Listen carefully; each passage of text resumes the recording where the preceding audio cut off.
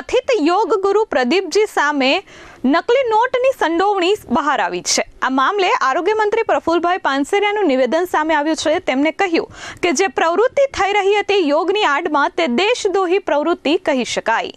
કામરેજમાં ધોરણપારડી ગામે તાપી નદીના કાંઠે શ્રી સત્યમ યોગ ફાઉન્ડેશનના નામે ચાઇનાથી હાઈ ક્વોલિટીનું મટીરિયલ્સ મંગાવ્યા બાદ 20 થી 25% કમિશન પર નકલી નોટોનો વેપલો કરનાર કથિત યોગ ગુરુ પ્રદીપ જોટંગિયા સહિતની ટોળકીની અમદાવાદ ક્રાઇમ બ્રાન્ચે ધરપકડ કરી છે।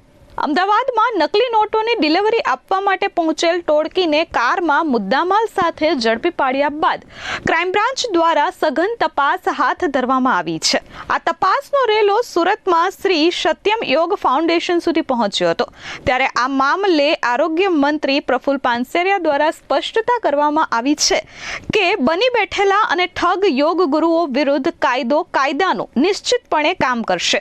પોલીસની કામગીરીની પ્રશંસા કરતા તેમણે જણાવ્યું હતું કે પોલીસ દ્વારા હાલમાં સઘન તપાસ કરવામાં આવી રહી છે અને જવાબદારો વિરુદ્ધ સખત કાર્યવાહી કરવામાં આવશે।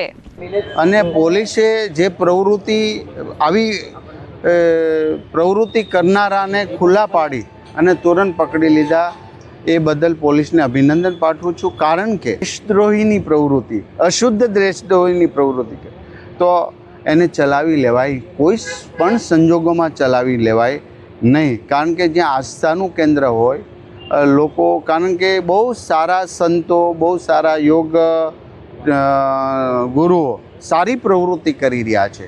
કોઈક આવા આંગળીને વેઢે ગણાય કોઈ નીકળતા હોય તો એને ચોક્કસ કાનૂની રાહ પર દંડ મળવો જોઈએ।